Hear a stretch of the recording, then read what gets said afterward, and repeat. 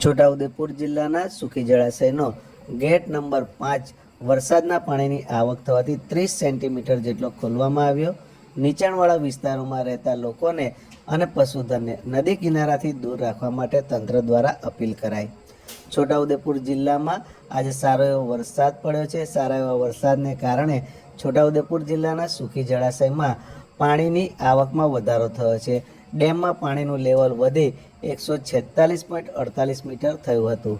સુખી જળાશયની સપાટી વધવાને કારણે ડેમના ગેટ નંબર 5ને 30 સેન્ટીમીટર જેટલો ખોલવામાં આવ્યો હતો।